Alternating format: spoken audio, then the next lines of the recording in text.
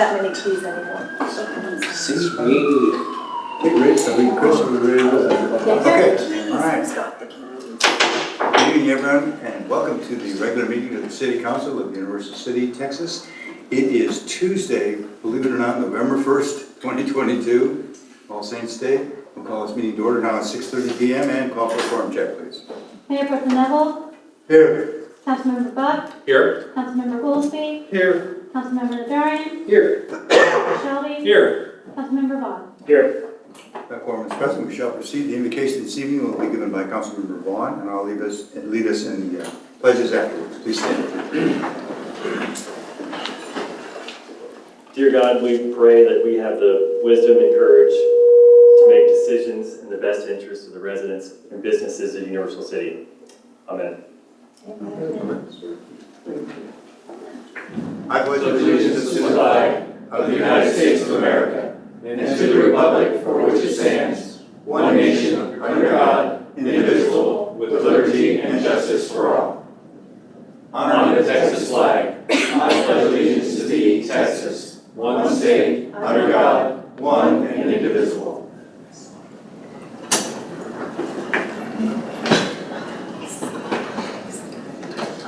Well, thank you all for coming this evening on the first day of November 2022. I can't believe there's only 2 months left in this entire year. It's gone by amazingly fast, as I'm sure you all have felt the same thing. So, we have an interesting short agenda this evening, but some interesting items for us to discuss. So, the first thing we'll do actually is to go to our consent agenda, which is tab number 8. All matters listed are considered to be routine by council. As you can see, be enacted in one motion. No separate discussion. If discussion is desired of a particular item, it will be removed from the consent agenda and considered separately. So the items are A is to consider the minutes of the Tuesday, October 18th meeting. B is Ordinance 525-V, the second reading. C is Ordinance 532-C, that is also the second reading. And D is the 361-80-2022, the second reading. Those are all second readings, and there have been no changes at all on any of those.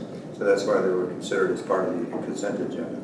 Move to approve. Okay, motion made by Councilmember Najarian, second by Mayor Pro Tem Neville. Any further discussion? All right, Chris, call for the vote, please.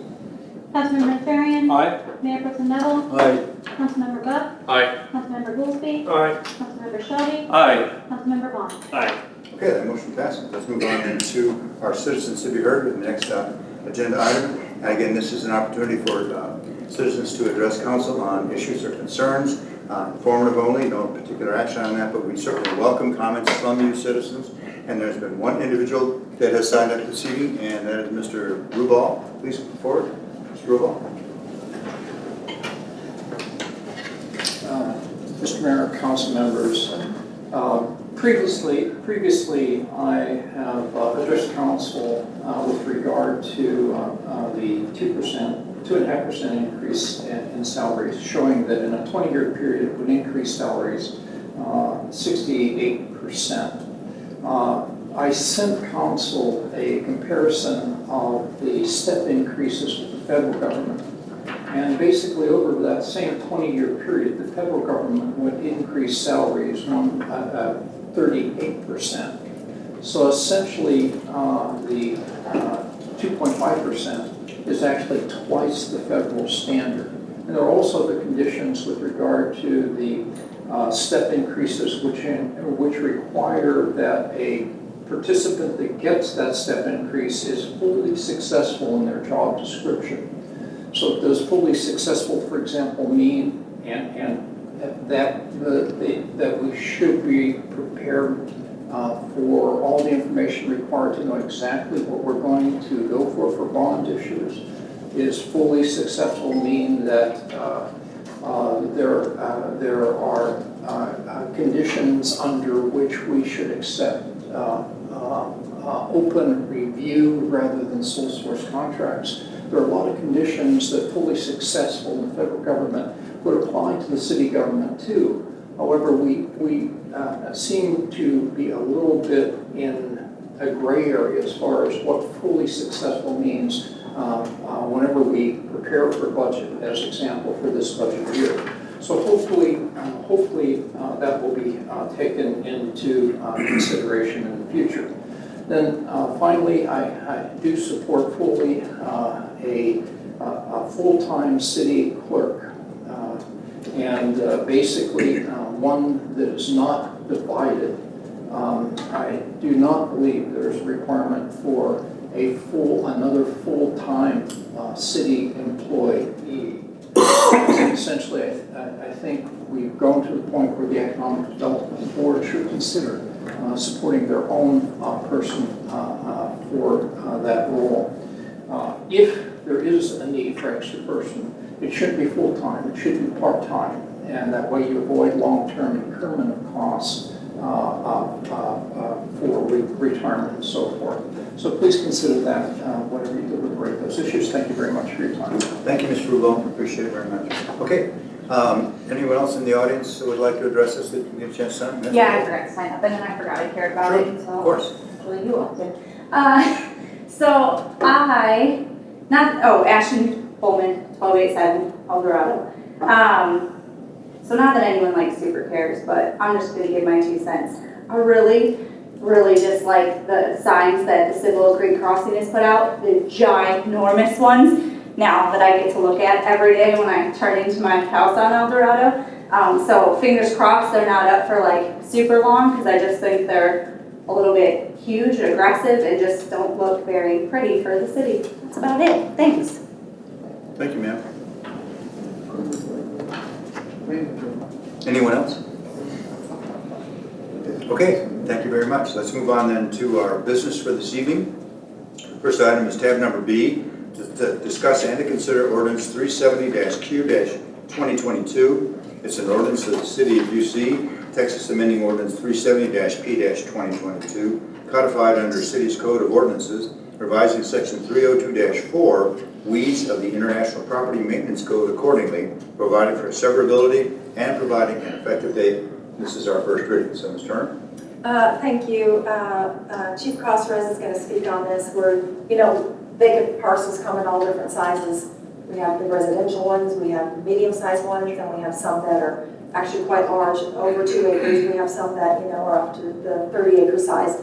And so the question is how much grass do they need to cut in order to make it safe? And a lot of that is dependent on where it's located. So with this, we're proposing that the fire marshal, in conjunction with the fire chief, are able to analyze some of these larger lots to determine whether or not it's a 20-foot fire break, 25-foot, 100, or if it needs to be the entire lot, depending on the size of it.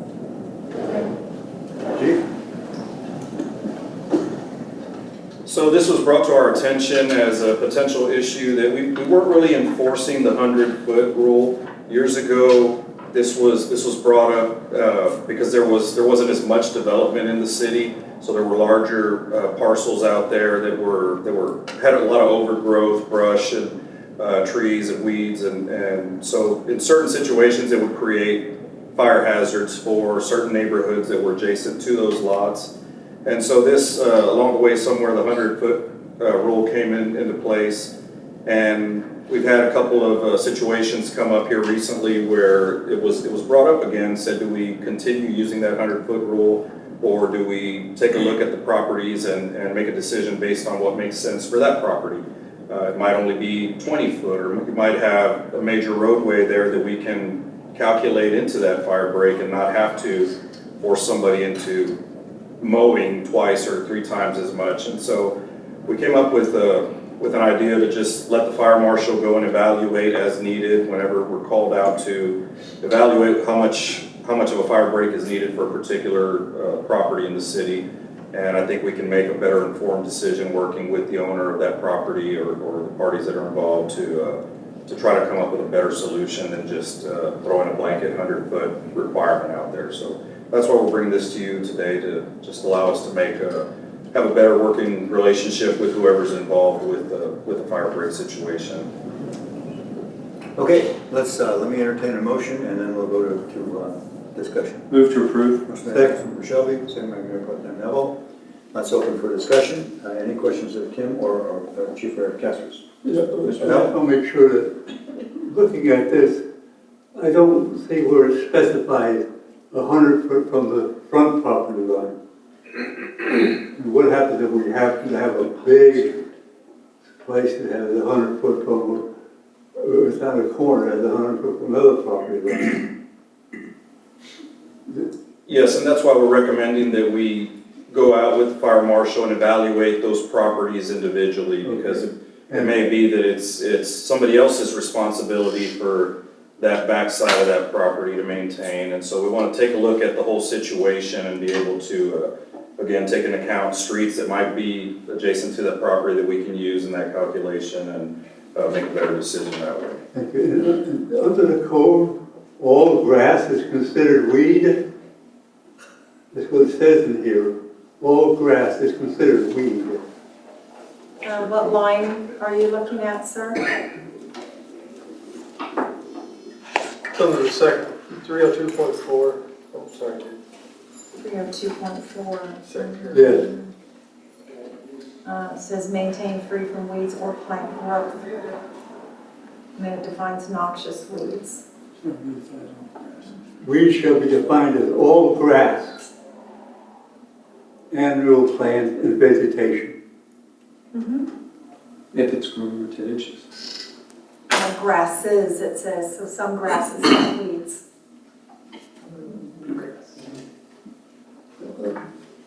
Whatever, that's not I the, think it's some of the terminology. that's not what we're looking at anyway. We're just looking at the amendment. I apologize if you don't like the terminology of the previous ordinance, but what we really are focusing on is the stuff that's in the blue on page 2, where it says, however, upon application and writing by owner, authorized agent, the fire marshal or designee is authorized to grant modifications to the above distance requirements for individual cases resulting from inspection and assessment of the subject property. I guess. I mean, think about it. When a grass gets this tall and dried, do you call it grass or do you call it a weed? You call it a mower. We would hope. We would hope. Yeah, I think it's a terminology. Thank you, sir. Okay, anyone else? Yes, Mr. Clerk. Thank you, Mr. Mayor. Sorry, Chief, as I was reading through this, I was a little confused because some of the things that I've seen is that properties have to be mowed 10 feet from the right-of-way, specifically related to the discussion we had regarding the property across the street from the college, and the owner was mowing it 10 feet back from the right-of-way, like in a square, and then 10 feet from the adjacent property that was beyond that. Should they have been mowing the entirety of that area to keep it, because that would be 100 yards, right? As I'm driving down Kitty Hawk, past the middle school, the property, I don't remember the name of the subdivision right off the top of my head, but it's 100, I'm guesstimating that it's about 100 feet from the sidewalk to that subdivision fence line. Should they have been mowing the entirety of that and maintaining it below 10 inches? Well, that's one of the problems that's presented, is if we make them mow the entire thing, or it might only be 100 feet this way, and then this property owner is responsible for 100 feet this way, and then you're left with a mohawk for a quarter mile. And so we'd rather just go out and say, okay, you got all of Kitty Hawk here, you've got the college here, we can calculate a certain amount here. What is it going to take for your mower to do 2 passes through here, and then we call it done? But every situation is different, because obviously you're dealing with a homeowners association and a property owner over here on the commercial side, and that's just one instance. And so we really didn't want to have that 100-foot be, I guess, a stickler for this type of situation. And so we'd rather just go out and get all parties involved and do what makes the most sense for that particular property. I understand, and please don't think I'm trying to question anybody, right? I'm not a fire marshal, I don't play one on TV, so I'm trying to make myself smart about this and understand, because that was one that came to mind because because the homeowners association had brought that to our attention. So could the fire marshal potentially consider Kitty Hawk as the fire break, and they don't have, and it can grow all the way up to the sidewalk, but because of the adjacent property where the subdivision is, that they need to mow 30 feet from that in order to act as a fire break, that if that grassy area were to catch on fire, that it would be less likely to spread to the adjacent subdivision? So I think each situation is going to be beyond just the fire marshal, because we're not talking about the International Fire Code here. We're actually introducing fire break, which was introduced by a 100-foot rule years ago. And we're mixing that with the ordinance that you have here before you, which is not in the fire code, it's the International Property Maintenance Code. And so it's gonna take collaboration between Michael's office and my office to make an informed decision that everybody agrees with usually. But in your case, where it says on Kitty Hawk, not mow at the sidewalk, when you're looking at a fire break or a maintenance of a property, and this is the question Mr. Neville's asking, typically it's all the way around it, right? Front, sides, back. In the particular one that you're talking about, the commercial property owner wanted to do the right thing and was willing to do the right thing, but the residential side wanted him to do more than what was required.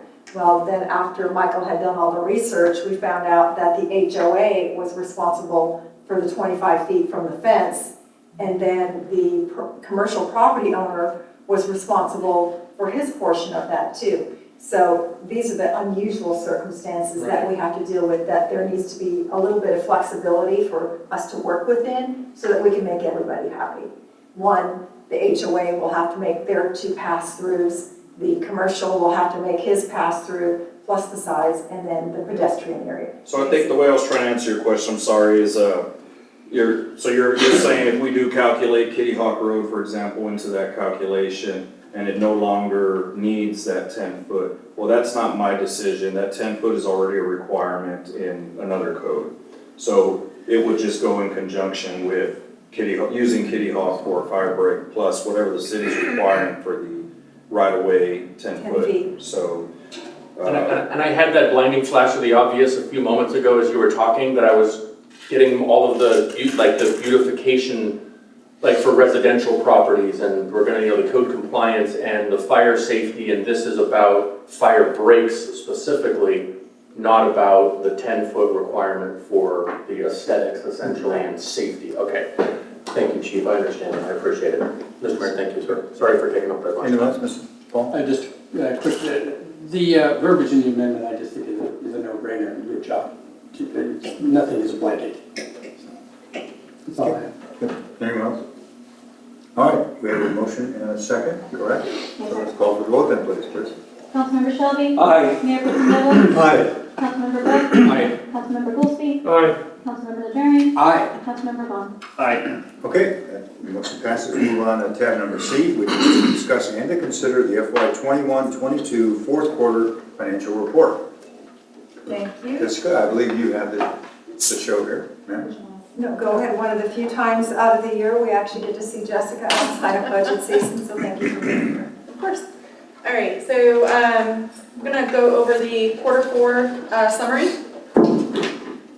So for revenues for the golf course, year-to-date actual of 2.5 million, with expenditures of 2.5 million, with a revenue over expenditures of 19,000. General fund had year-to-date actuals of 18.7 million, revenue expenditures of 18.6 million, with a revenue over expenditures of 148,000. Debt service, 4 million in revenue and 3.9 million in expenditures, 136,000 for revenue over expenditures. For capital projects, excuse me, year-to-date actual of 631,000 for revenue, expenditures of 1.9 million. I apologize, credit is in that account due to street bonds that we received. So 1.98 million there, with revenue over expenditures of 2.6 million. Utility fund, 10.2 million in revenue, 8.2 million in expenditures, with 2 million in revenue over expenditures. And with stormwater, there was 1 million in revenue and 1 million in expenditures with 54,000 expenditures over revenue. Any questions? Any questions at this portion? Okay, press on. Alright. So the next few slides just show the breakdown of revenues and expenditures by the month that make up that quarter of Q4. Did you have any questions on those? Do we want to go through the months, July, August, and September? Any specific comments about the, this next slide here? Anybody wants to offer questions? Okay. Please, continue. Kristen, if you could just go to the, yeah, thank you. All right. So here is our investment reports for July, August, and September. I'm going to jump to September as that is the net of all 3 months combined.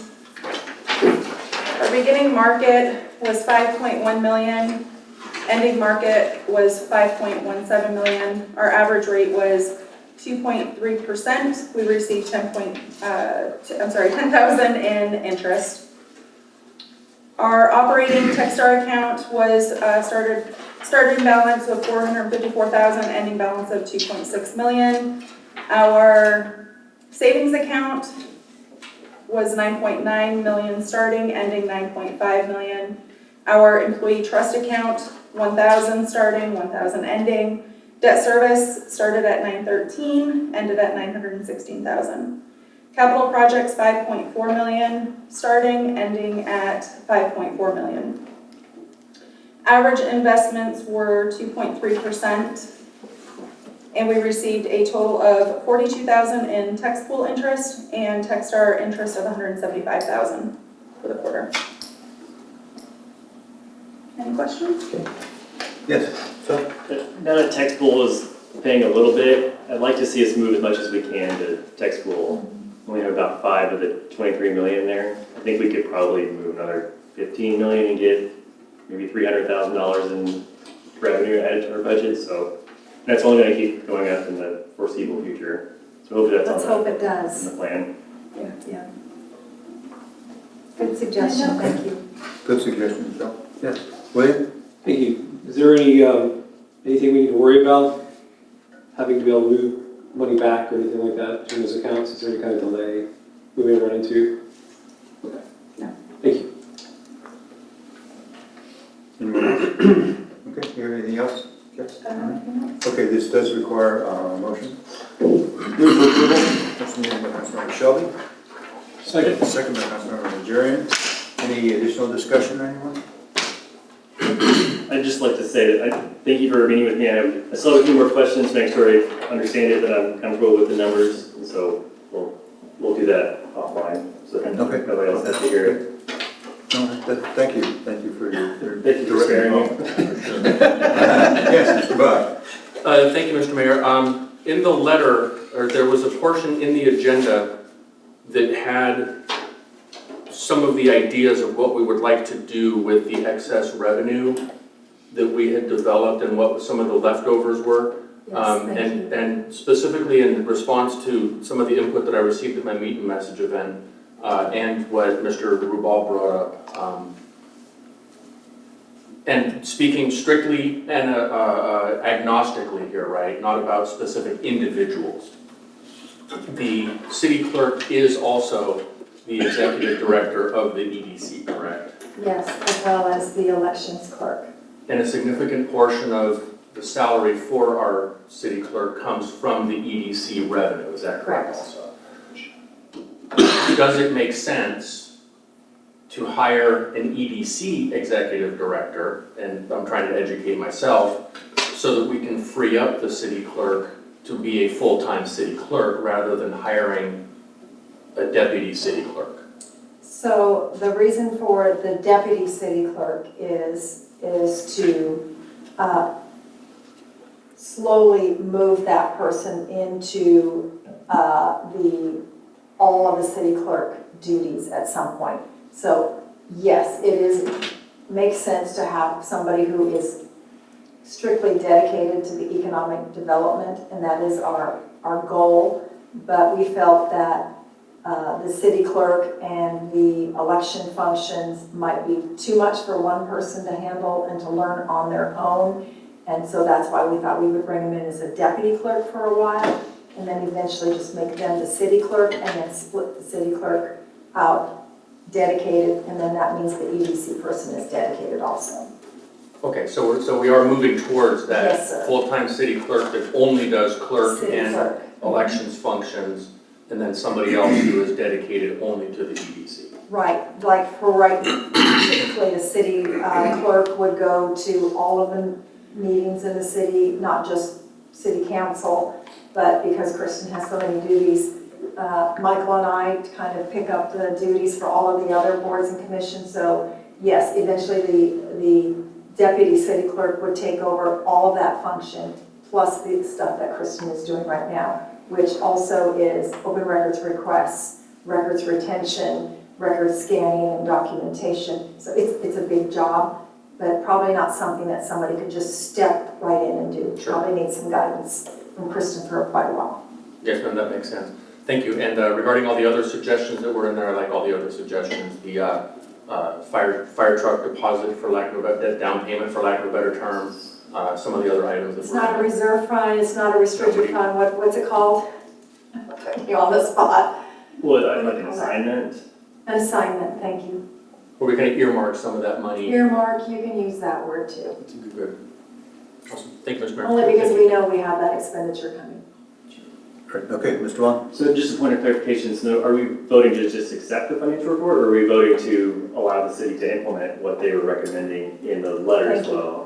That's a good question. So really what I'm asking for is, one, to accept the finance, the fourth quarter and the investment, and then separately need the discussion and or consensus or direction for the staff on the recommendations for the rest.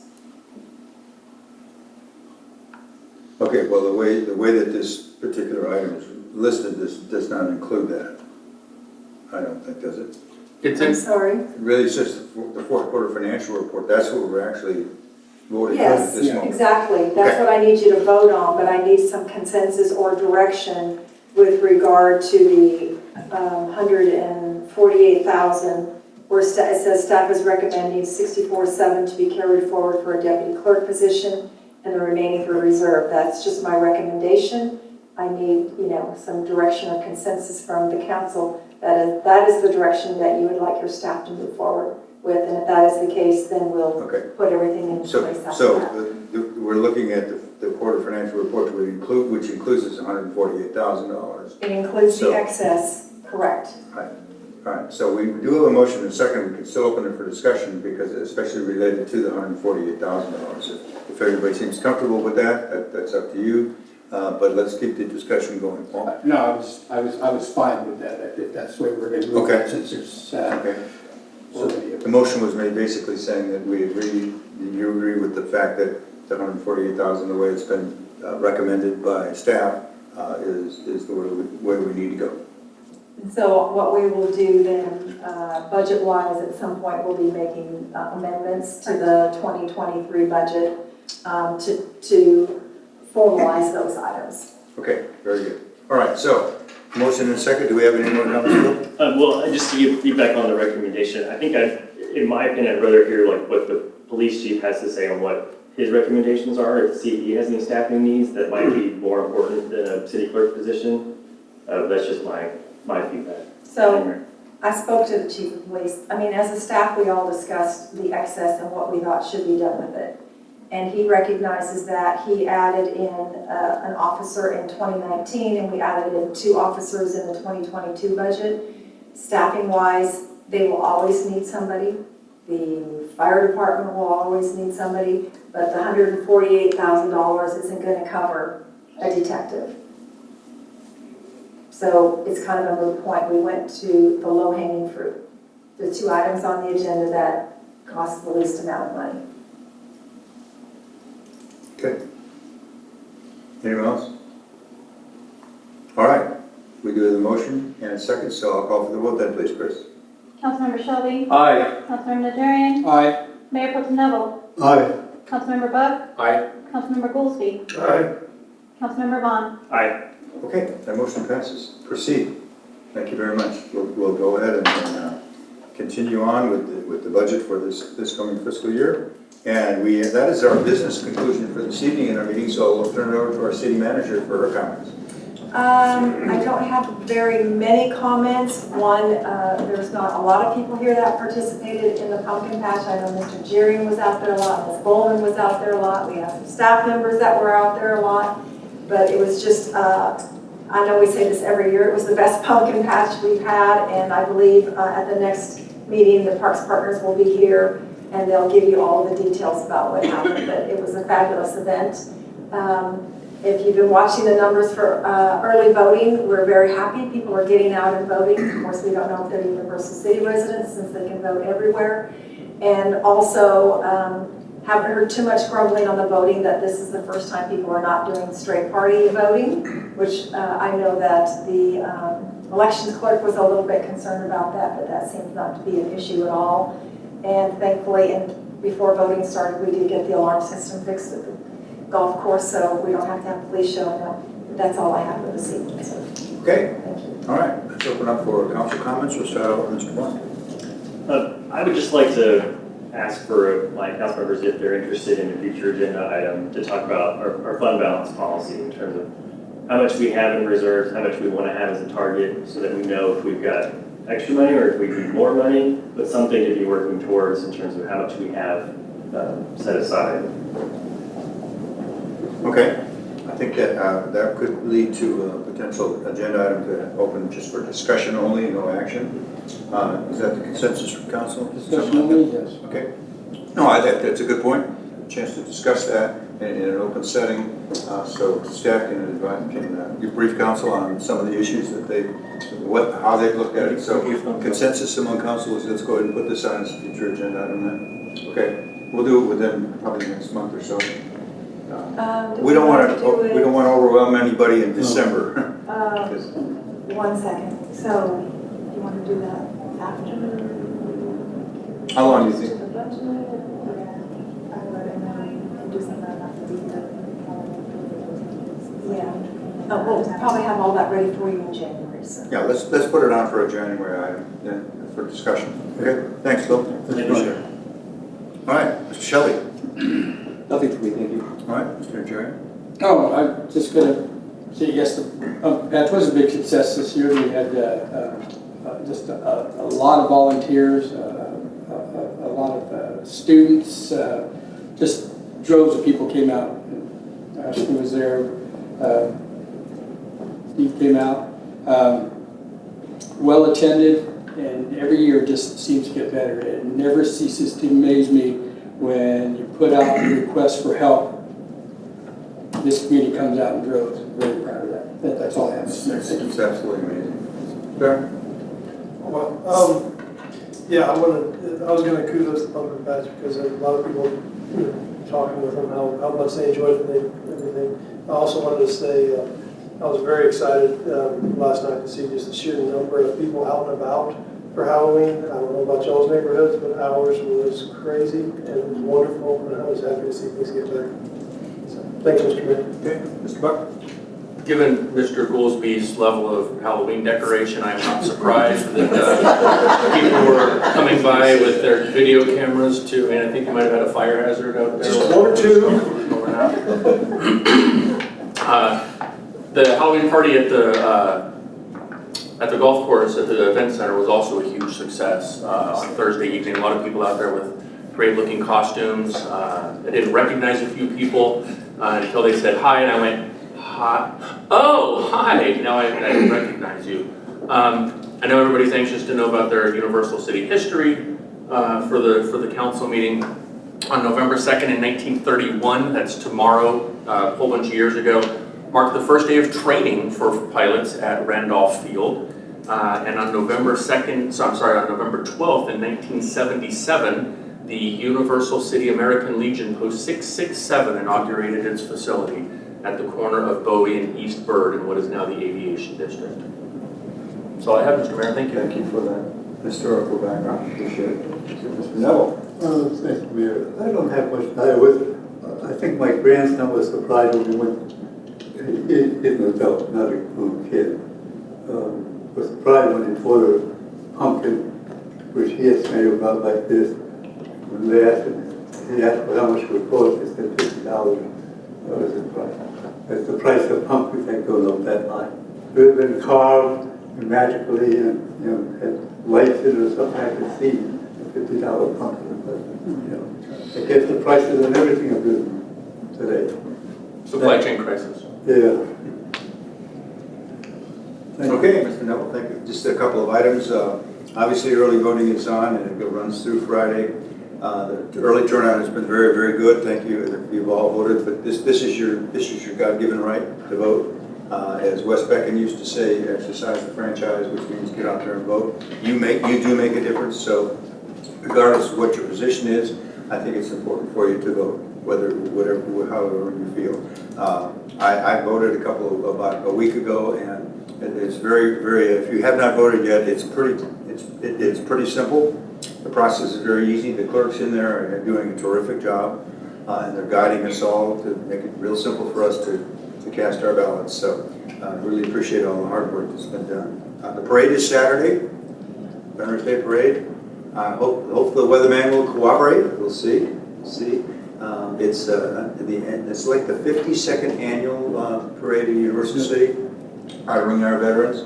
It's usually not right around Veterans Day because the city of San Antonio also has a Veterans Parade, and they have it real close to November 11th. So our combination of the VFW and the Legion, who put this together with our help, obviously, has always had usually a week before the Veterans Day activities. So look forward to that for everybody. I did drive by Councilmember Goolsby's home numerous times in the evening, and I had to turn away because it was very scary. No, great decorations. There was also a terrific one right down the street here. A couple of them were just really outstanding, and that's what brings up the fun and people having a great time. Thanks everybody. Pumpkin Patch was tremendously successful. I teach a lot of Judson Early College Academy students. And they were out here one night, and they had the afternoon. They had a great time. They had a fantastic time, and that's their way of giving back and participating. So, all the organizations that were involved with it, thank you for your support. You're what helped, and so I think it was already brought up that the volunteer efforts in this community are unbelievable, fantastic. Okay, go Astros. That game's about to start right now. If they didn't get rained out in Philadelphia again tonight. So anyway, if you're not an Astros fan, become one for a while because it's Texas. And the only other thing I would say is that we've gone to our winter attire here, and attire. You hear that? Attire. Okay. So we will look forward to having some special activities during some of the events, some of the council meetings, to see who is wearing the most impressive tie. It'll become more prevalent on holiday season, Christmas time. So coming up pretty soon, I encourage our council members to go above and beyond with their special ties. And I know many of them have very special ties that they can wear during the holiday season. Mr. Neville has stood out dramatically over the years. Mr. Najarian, pretty close. Mr. Shelby, amazingly close. Councilwoman Foley wins the best time. Yes, Councilwoman Foley won 2 years in a row. So, and there's also, again, for us and you in the audience that are volunteers, there is a volunteer appreciation on November the 16th at Olympia Hills, and it's our chance to say thank you. Thank you for all the work that you do to support our communities. And so it's just a really fun evening. And those that you are volunteers, I hope you'll be able to come out and enjoy it because we want to say thank you for all that you do to support us. Okay, it is now 7:11 in the evening. And ladies and gentlemen, thank you for coming. This meeting is now adjourned. That's my short.